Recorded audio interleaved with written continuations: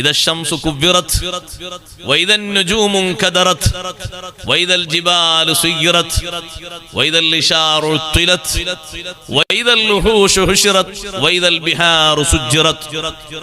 ഒന്നാമത്തെ ഊത്തിനു മുമ്പ് നടക്കുന്ന പ്രധാനപ്പെട്ട 6 സംഭവങ്ങൾ നടക്കുമ്പോൾ ഭൂമിയുടെ ഉപരിഭാഗത്ത് ഒരൊറ്റ മുഅ്മിൻ ഉണ്ടാവില്ല. മുഅ്മിനായ മനുഷ്യന്റെ ഈമാൻ തെറ്റിപ്പോകാൻ പാടില്ല. അവന് പേടിയോടുകൂടെ ഭയത്തോടുകൂടെ വേറെന്തെങ്കിലൊക്കെ വിളിച്ചു പറഞ്ഞാൽ ഇത്രയും കാലം സൂക്ഷിച്ച ഈമാനൊക്കെ പോയി പോകും. മുഅ്മിനീങ്ങളായ ആൾക്കാരെ മൊത്തം കൊണ്ടുപോയിട്ടാണ്. സഹോദരങ്ങളെ, സഹോദരിമാരെ, ഇവിടെ ഖിയാമത്ത് നാൾ സംഭവിക്കുന്നത് അഷ്റഫുൽ ഖൽഖ് മുഹമ്മദുർ റസൂലുള്ളാഹി സ്വല്ലല്ലാഹു അലൈഹി വസല്ലം നമ്മെ പഠിപ്പിച്ചു.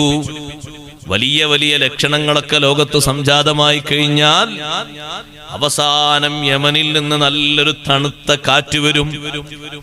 ആ കാറ്റ് വന്നിട്ട് മുഅ്മിനീങ്ങളുടെ ശരീരത്തിൽ, അവരുടെ കക്ഷഭാഗത്തും അവരെ മൂക്കിലുമൊക്കെ കാറ്റടിച്ച് വീശുമ്പോ ഈമാനോടെ ഭൂമിയിൽ ജീവിക്കുന്ന എല്ലാ ആണും പെണ്ണും വേർപിരിയും.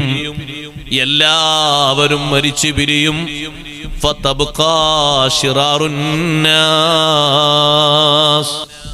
ദുർജനങ്ങൾ മാത്രം ഭൂമിയിൽ ശേഷിക്കും.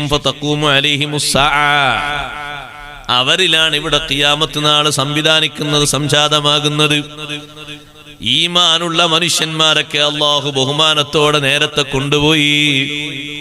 നിങ്ങൾ കണ്ടില്ലേ, നമ്മുടെ നാട്ടിൽ തന്നെ വലിയ വലിയ ഫിത്നകളൊക്കെ വരുന്നതിന്റെ മുമ്പ് നല്ല ഊക്കുള്ള ഈമാനുള്ള മുഅ്മിനീങ്ങൾ നേരത്തെ നടന്നു നീങ്ങുകയാണ്.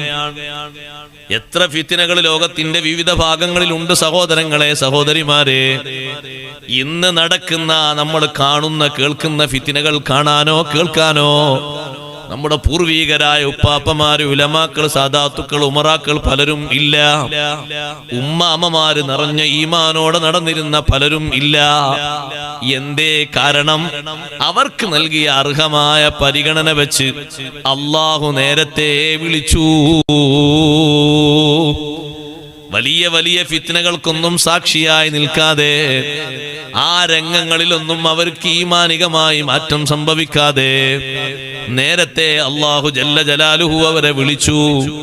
ഈമാനുള്ള മനുഷ്യന്മാരിൽ ഒരൊറ്റ മെമ്പറും ഇല്ലാത്ത കാലത്താണ് ലോകത്തെ ഏറ്റവും വലിയ അവസാനമായിട്ട് ഭൂമിയും ആകാശവും ഒക്കെ തകർന്ന് തരിപ്പണമായി ഒരു പുതിയ പ്രതലം ഇവിടെ സൃഷ്ടിക്കപ്പെടുന്ന സാഹചര്യം വരുന്നത് എന്ന് പറയുമ്പോ മുഅ്മിനായ മനുഷ്യൻ